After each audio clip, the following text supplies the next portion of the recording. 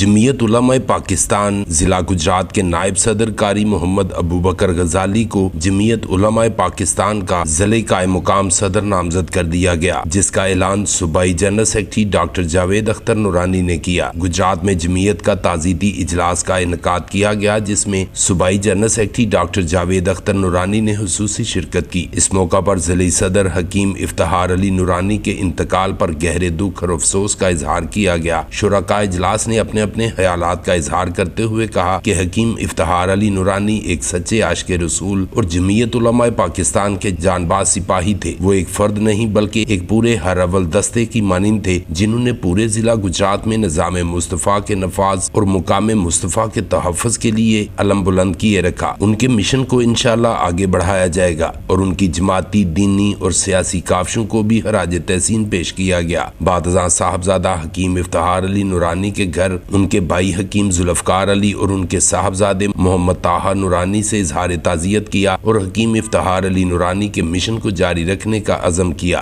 इजलास में कायम मुकाम सदर साहबजादा कारी मोहम्मद अबू बकर गजाली नक्शबंदी, जनरल सेक्रेटरी चौधरी फयाज हुसैन नूरानी, चौधरी अल्ताफ हुसैन एडवोकेट, अलामा मोहसिन रजा नईमी, फयाज हुसैन, हाफिज मकसूद अहमद, कारी हतीबुर रहमान नक्शबंदी, हलील अनवर बाबर, मोहम्मद इजाज, महर रियाज हुसैन, महर रजा मुस्तफ़ा, कारी नज़ीर अहमद, डॉक्टर मोहम्मद फैसल भाऊ और दीगर ने शिरकत की। प्रिंट शाहिद भुट्टा, BB1 न्यूज़, जलालपुर जट्टा।